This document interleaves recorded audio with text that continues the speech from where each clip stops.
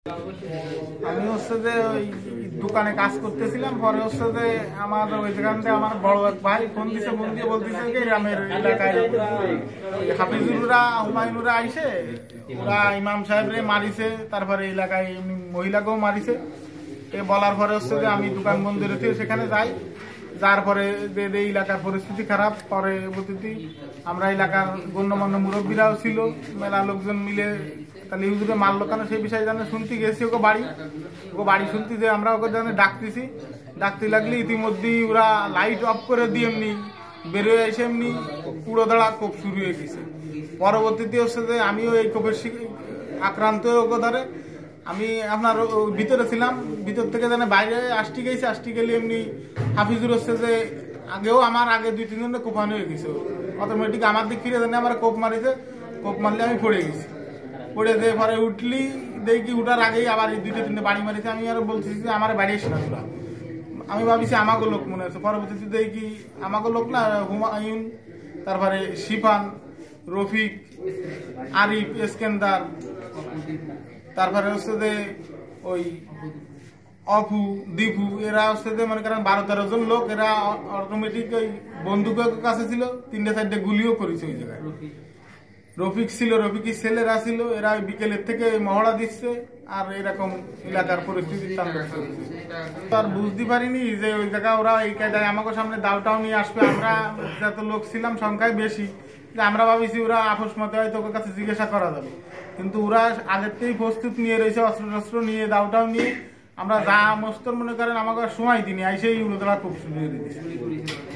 হচ্ছে এই প্রথমে হাফিজুর কোপ দিছে, কোপ দিলে খিসার এখান থেকে ফুসফুস বের হয়ে গেছে। হাফিজুর কোপ দিছে, হাফিজুর, হুমায়ুন, এদের কাছে অস্ত্র আছে, দাও আছে, এবং আমরা যাওয়ার পরও এই গুলির শব্দ পাওয়া গেছে, গুলি করছে। ওদের কাছে দীর্ঘদিন অস্ত্র করে এবং লোকজনের কাছে চাঁদা, বিভিন্ন টাকা পয়সা, দখল বাণিজ্য সবগুলো ওরা শেল্টার দেয় এবং লোকজন ভয়ভীতি দেয়। হাফিজুর, রফি, তারপরে রফির ছেলেরা, হাফিজুরের ছেলেরা সবাই হচ্ছে এর সাথে জড়িত, এবং অস্ত্র মাদক ব্যবসা হইতে শুরু করে সব রকমের। কিছুদিন আগে মামুন হত্যা করছে, আবার এই বিজির রড চুরি, ছিনতাই, লোককে হুমকি, সব ধরনের এরা দলের নাম ভাঙ এগুলো করে। আমরা হচ্ছে আমাদের হুজুর ইমাম সাহেবকে মারছে, আমরা হচ্ছে যা শোনার জন্য গেছি। তারপরে এই তাঁতি লীগের সভাপতি খোকনের এই আস্থাবাদন সব দীর্ঘ 17 বছর খোকন এলাকায় তারস করেছে, যাদের নিয়ে সেই লোকগুলোই আমলিগ লোক, বিএমপির নাম ধরে, তারা বিএমপি কোনো পদেও নাই, বিএমপির নাম ধরে আমাদের উপর আক্রমণ করেছে। ইমাম সাহেবকে প্রথমে মারছে এবং এই ধরনের সমস্ত করতেছে আমলিগ লোক। এবং বিএমপির যে ওয়ার্ড সভাপতি আছে সেটা খুব ভালো, সবাই ভালো আছে, কিন্তু এরা হচ্ছে আমলিগ থেকে এরা পুরোপুরি এখন এমন বিএমপি সাজ দিছে।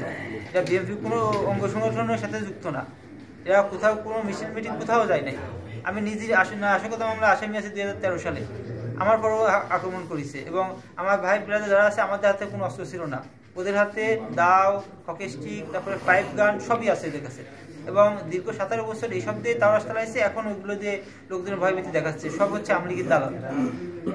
আপনি যদি আমাদের এই ভিডিওটি ফেসবুক থেকে দেখে থাকেন তাহলে অবশ্যই লাইক, কমেন্ট ও শেয়ার করতে ভুলবেন না। আর যদি ইউটিউব থেকে দেখে থাকেন তাহলে অবশ্যই সাবস্ক্রাইব করে বেল বাটনটি বাজিয়ে দিন। এরকম আরো নিত্য নতুন নিউজ পেতে আমাদের সাথে থাকুন।